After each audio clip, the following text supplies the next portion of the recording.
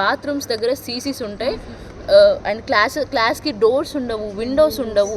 And KNR university affiliated to KNR university sir. So exam fee ఒకలాగా అయితే exam fee ఎక్కువ ఉంటే వీళ్ళు తీసుకునేది పర్ సెమ్కి 3,500 ప్లస్ వెహికల్ ఫీజ్. మాకు మొత్తం కలిసి పర్ సెమ్కి 5,000 తీసుకుంటున్నారు సార్.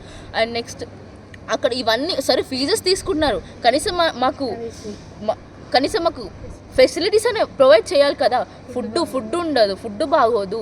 అండ్ నెక్స్ట్ థింగ్ పేరెంట్స్కి రెస్పెక్ట్ ఇవ్వరు, ఫుడ్ బాగోదు. మాతోని వల్గర్ లాంగ్వేజ్ యూజ్ చేస్తున్నారు చాలా. వార్డెన్ మేడం వల్గర్గా మాట్లాడుతుంది. కారం పెడతాం, మీరు ఎవరికి పుట్టినారు అని అంటుంది. మీరెవరికి పుట్టినారు అంట. స్టూడెంట్స్ మీ అబ్బ సొమ్మాది అని చెప్పేసి అని అంటున్నారు. ఇవన్నీ మేము ఎలా తీసుకుంటాం? ఇవన్నీ తీసుకోలేకనే ఒక అమ్మాయి సూసైడ్ చేసుకుంటే తన మీద రివర్స్ కేసు పెడుతున్నారు. అసలు ఇది ఎంతవరకు న్యాయం? రివర్స్ కేసు పెట్టేంత ధైర్యం ఎక్కడిది ఆయనకు? అండ్ నెక్స్ట్ థింగ్ ఏంటంటే ఆయన మా ప్రిన్సిపల్ కాదు. ఐడి కార్డ్స్ మీద ఒక ప్రిన్సిపల్ సైన్ ఉంటుంది. క్యూములేటివ్